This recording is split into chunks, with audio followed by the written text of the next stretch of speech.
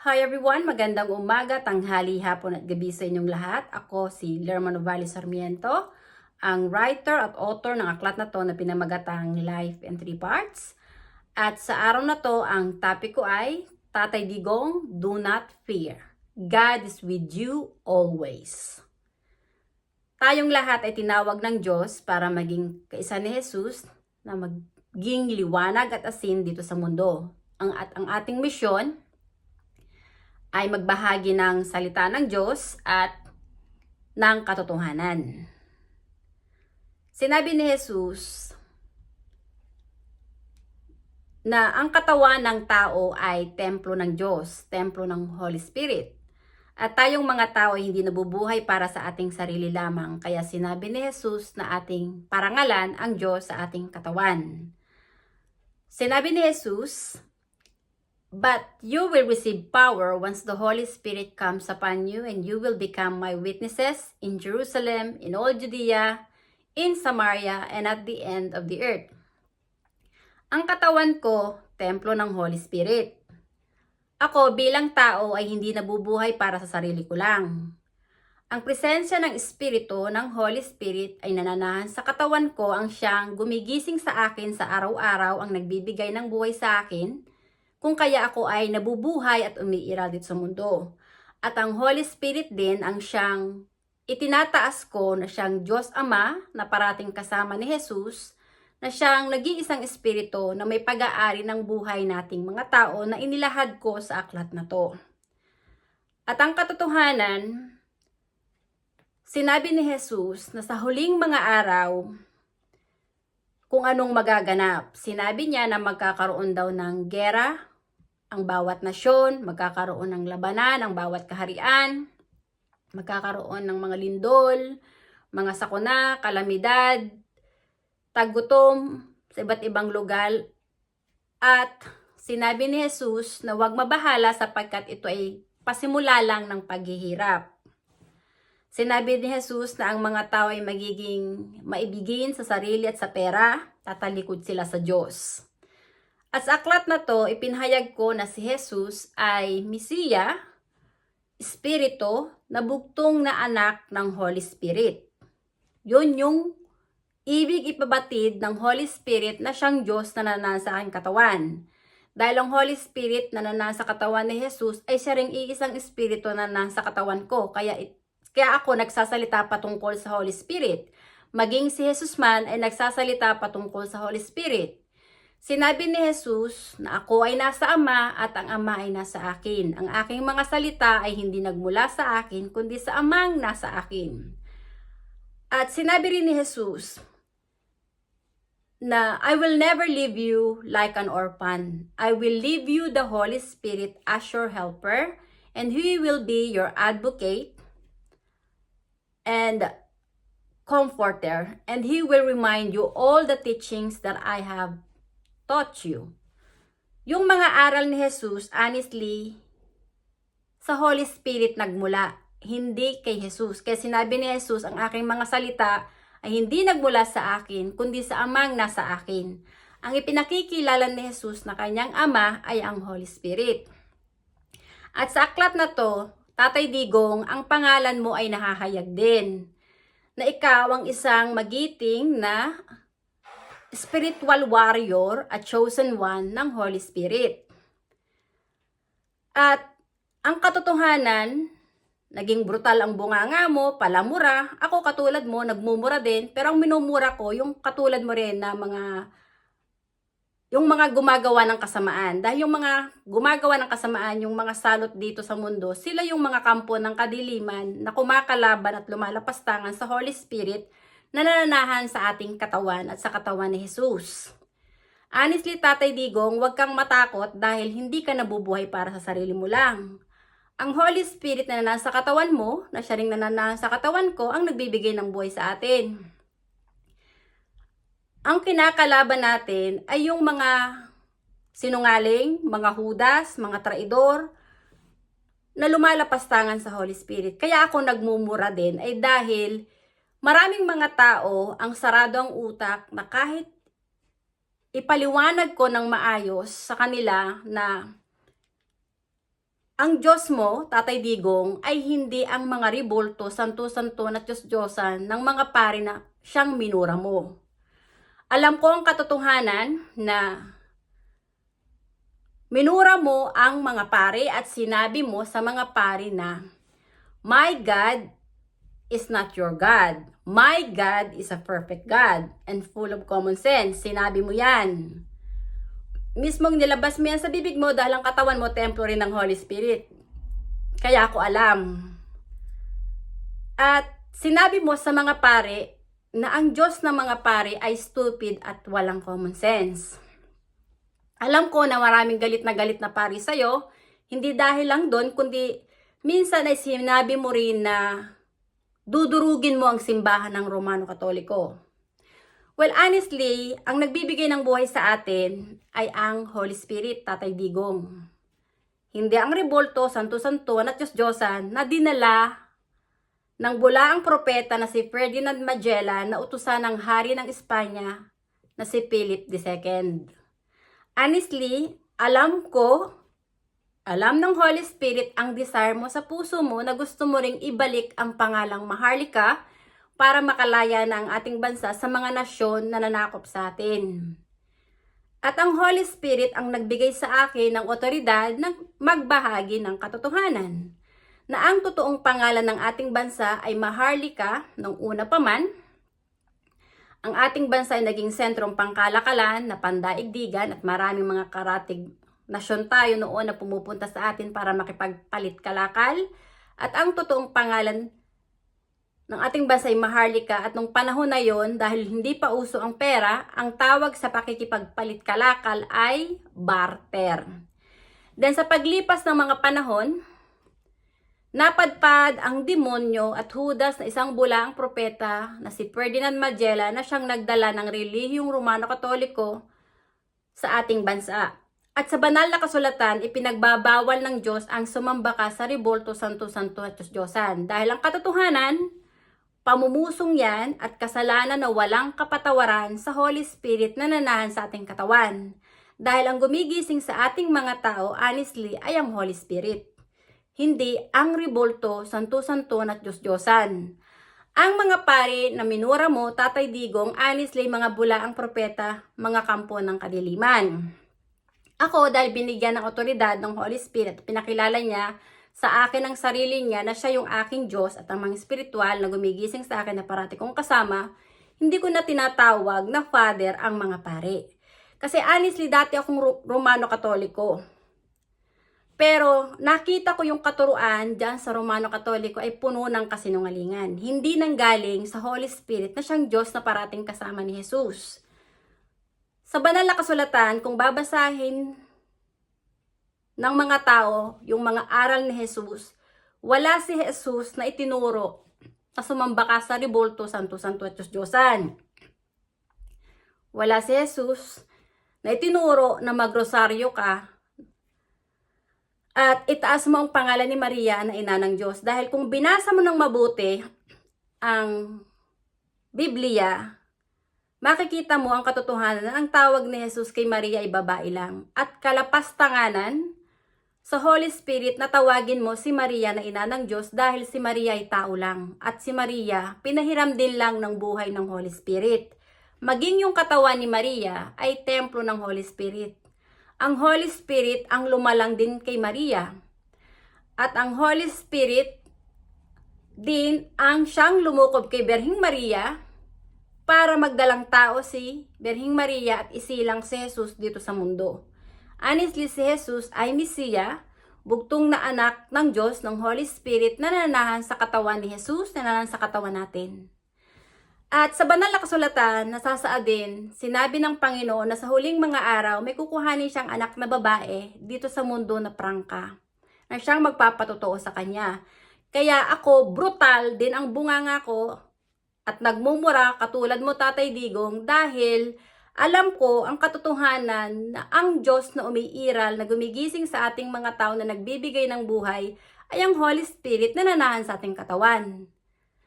Na siyang ibinabahagi ko at pinakikilala ko, pero kinagagalitan ako ng mga tanga dahil ayaw nilang magbalik sa liwanag. gusto nilang manatili sa kadiliman, na doon sumamba sa mga ribulto, santo-santuhan at Diyos-Diyosan ng mga pari. Honestly, yung sina Leila de Lima, tambak ang kasalanan niyan sa Holy Spirit. Yung katawan ni na Leila de Lima, templo din ng Holy Spirit. Si Leila de Lima, puta, maruming babae, makate, na nagpakabit-kabit kung kani-kaninong lalaki. Tapos si Leila de Lima, nung siya ang DILG, at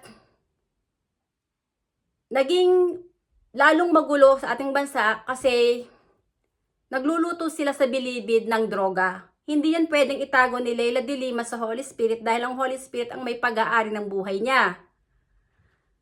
Yang si Cristina Conti na nagmamataas na sinasabi sa'yo na hindi ka na makakauwi ng ating bansa, huwag mong paniniwalaan si Cristina Conti. Dahil si Cristina Conti ay isang impakta na anak ng demonyong Judas sa si Satanas na sinungaling. Si Cristina Conti, ang katawan niyan, templo din ng Holy Spirit. Si Cristina Conti, pinahiram lang ng buhay ng Holy Spirit.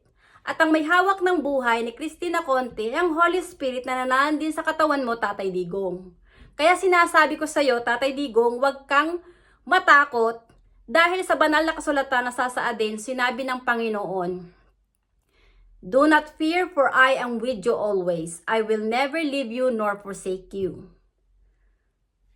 I did not give you a timid spirit, but a fearless spirit." Kaya ako brutal, matapang at prangka, dahil alam ko ang Holy Spirit na parati kong kasama ang aking Diyos at amang spiritual na nagbibigay ng buhay sa akin. At tinawag ako ng Holy Spirit para magbahagi ng Ebanghelyo sa buong mundo. Na tanging ang Holy Spirit lang na nasa ating katawan ang siyang dapat nating sambahin at ibigin ng higit sa lahat at kilalanin na ating amang spiritual para maging kapatid tayo ni Jesus na ipinanganak sa spirito ng Holy Spirit at maging kapatid ni Jesus sa spirito. Na tangyang kinikilala lang nating Diyos at amang espiritual ng ating kaluluwa ay ang Holy Spirit na nanahan sa ating katawan. Honestly, Tatay Digong, anytime pwede kang umuwi sa atin kung gugustuhin mo. Walang power ang ICC sa'yo dahil yung buhay ng ICC, ang may pag-aari niyan ay ang Holy Spirit din. Kaya mo silang yasakin at durugin ang kanilang mga kaluluwa dahil ang kaluluwa ng mga yan ay mga demonyo na nasa panig ng demonyo si Satanas. Si Bongbong Marcos, honestly, ang katawan niyan ay templo rin ng Holy Spirit. Pero hindi nalalaman ni Bongbong Marcos na lahat ng kanyang ginagawa na kasamaan dito sa mundo ay nakikita ng Holy Spirit. Yung kanyang pagnanakaw, yung kanyang kasinungalingan. Si Bongbong Marcos ay ipinakita sa akin ng Holy Spirit na inutil na pangulo, mahilig siya sa paglalayaw, at wala yang kakayahang mamuno. Dahil si Bongbong Marcos ay utu-utu din lang ng kanyang advisor na si Juan Ponce Enrile na namatay na. Honestly, si Juan Ponce Enrile din ang nagpabagsak sa rehime ng kanyang ama, kay Bongbong, na nanghikayat sa mga pare para patalsikin si dating late President Ferdinand Marcos. Honestly, ang kalaban mo, Tatay Digong, ay siya ring kalaban ni dating late President Ferdinand Marcos. Honestly, sa aklat na to, nasasaad ang pangalan mo, Tatay Digong, pangalan ni dating late President Ferdinand Marcos, na kayong dalawa yung magiting na leader sa ating bansa na nagpupuri sa Diyos, na nangangalaga sa kaluluwa ng ating kapwa. At yang si Juan Ponce Enrile, Fidel Valdez Ramos at Cory Aquino, ang sila namang mga Judas at demonyo na nasa panig ng demonyong si Satanas, na naging kaisa ng mga pare na nagmamataas at nagmamayabang sa Holy Spirit. Honestly, yung mga naririnig ko noon, yung si Cory Aquino gusto pang gawin ng mga pare na maging santa, yung impakta. Pero yung mga pare, hindi nila alam ang katotohanan ng may pag-aari ng kanilang buhay ay ang Holy Spirit din. Kaya yung mga pare, minumura-mura ko dahil mga tanga ang mga pare. Tama, Tatay Digong, na murahin mo lang at sabihin mo sa mga pare na tanga ang kanilang Diyos. Dahil hindi nila nakikita ang katotohanan na ang Ama ni Jesus, na nananaan sa katawan ni Jesus, ang Holy Spirit, ang siyang nananaan sa katawan natin, ang totoong Diyos at amang espiritual. Itong mga paring tanga, Inidolo nilang kanilang sarili na tawagin silang father na amang spiritual, pero hindi nalalaman ng mga tanga, ang katawan nila ay sagradong tahanan din ng Holy Spirit at sila ay pinahiram lang ng buhay ng Holy Spirit. Kaya kayong mga pare, mga putang ina ninyo, kahit magsama-sama pa kayo sa buong mundo, hindi ko kayo sasantuhin. Dahil iisa lang ang santo na kilala ko na siyang amang espiritual. Ang Holy Spirit na nasa katawan ko, na nasa katawan ni Jesus. Yun lang ang nag-iisang espiritu at Diyos at amang espiritual na lumalang sa ating mga tao, sa lalaki at babae na nagbibigay ng buhay sa ating mga tao na dapat sambahin. Honestly, narito na tayo sa huling panahon. Yung mga kampo ng kadiliman na nasa panig ang demonyo si Satanas, na doon sumasamba sa mga rebolto, santo-santo at Diyos-Diyosan, iniidolo ang mga pare ang kanilang amang espiritual. Honestly, mga antikristo kayong lahat na kumakalaban at lumalapastangan sa Holy Spirit. Hindi kayo maliligtas ng mga pare na iniidolo nyo na doon sumasamba sa rebolto, santo-santo at Diyos-Diyosan. Dahil kapag namatay na ang isang tao, ang kaluluwa natin babalik yan sa spirito. At ang may pag-aari ng ating katawan at kaluluwa ay ang Holy Spirit. So kung dito sa lupa, kinalaban mo at nilapastangan mo ang Holy Spirit at inidolo mo ang mga pare, ang iyong amang espiritual, at doon ka sumamba sa rebolto, santo-santo at Diyos-Diyosan, ang kaluluwa mo hindi makakapasok sa langit. Dahil ang katotohanan, hindi ka patatawarin ng Holy Spirit, yung mga kasalanan mo sa Kanya. At hindi ka rin kikilalanin ng Holy Spirit na anak niya. At maging si Jesus, hindi Kanya kikilalanin na kapatid niya sa harapan ng Holy Spirit. Dahil hindi mo kinilala at sinamba ang Holy Spirit sa iyong katawan. Pero ikaw, Tatay Digong, kinalaban mo ang mga kampo ng kadiliman.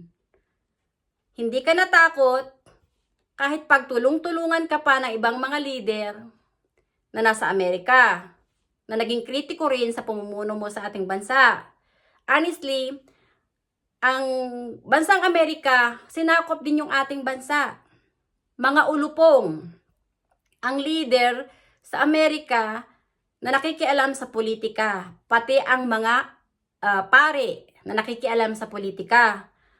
Ang mga pare na nakikialam sa politika at ang mga Amerikano na nakikialam din sa politika sa ating bansa ay silang mga nanakop sa lupang hinirang ng Diyos, ng Holy Spirit, na siyang uusigin ngayon ng Holy Spirit at wawasakin yung simbahan ng Romano Katoliko, at yung pangalang Maharlika na gusto mong ibalik, Tatay Digong, ay muling maibabalik sa tulong ng Holy Spirit na siyang Diyos na nanan sa ating katawan. Dahil ang Holy Spirit lang ang gumigising sa atin na dapat nating katakutan at sambahin. Dahil kung hindi natin siya kikilalanin na siyang ating Diyos, ang kaluluwa natin ay hindi makakapasok sa langit. Dahil kinakalaban natin yung mga kampo ng kadiliman, dahil ang laban naman natin dito sa mundo, hindi laban sa laman at dugo, kundi laban sa mga espiritong masasama na silang mga kampo ng kadiliman. Nasasaad nga sa banal na kasulatan, in Ephesians chapter 6 verse 12, "For we wrestle not against flesh and blood, but against the power, against the principalities, against the rulers of the darkness in this world, and against the spiritual wickedness in high places." Ang mga pare, hindi mga banal.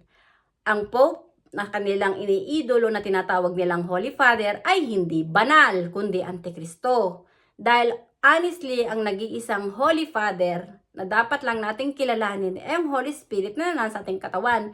Dahil yun yung Diyos na gumigising sa atin na talagang holy. Ang Pope, tao lang yan na pinhiram din lang ng buhay ng Holy Spirit, na nagmamataas at nagmamayabang sa Holy Spirit. Ang puso niya ay nasa panig ng demonyong si Satanas na hambog, hudas at sinungaling, na traidor, na kumakalabat lumalapastangan sa Holy Spirit. Inidolo ng Pope ang kanyang sarili, pero hindi niya nalalaman na ang nagtotoong nag-iisang Holy Father ay ang Holy Spirit lang na nananahan sa ating katawan. Kaya Tatay Digong, you can go home, you can crush the spirit ng mga demonyo ng ICC, maging yang si Cristina Conti. Walang power si Cristina Conti sa'yo, walang power ang ICC sa'yo, dahil ang Holy Spirit na nasa ating katawan, ang siyang Diyos na umiiral, ang nagbibigay ng buhay sa atin, ang mas makapangyarihan.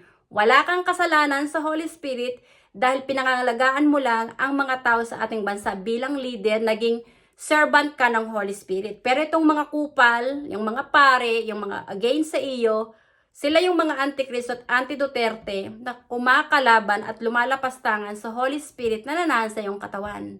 Mas powerful ang Holy Spirit na nanasa ating katawan.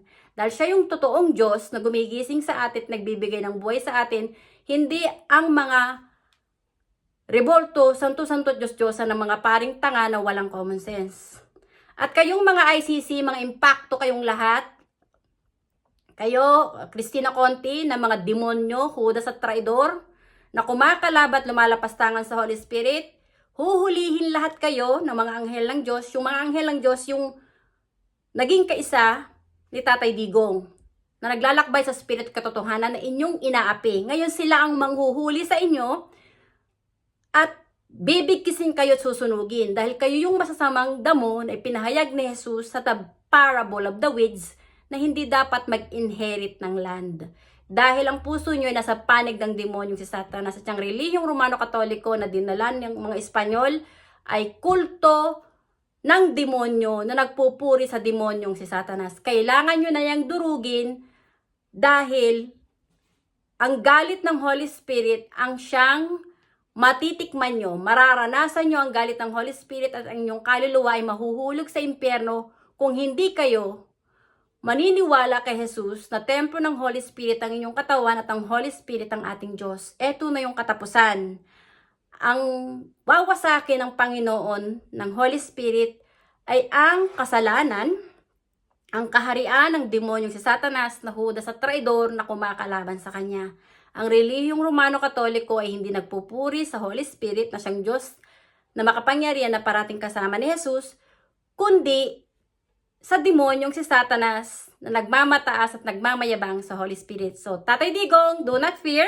You can go home now. You can slap the truth on the face of the ICC that they are not your God, but the Holy Spirit who is always on your midst, in your midst.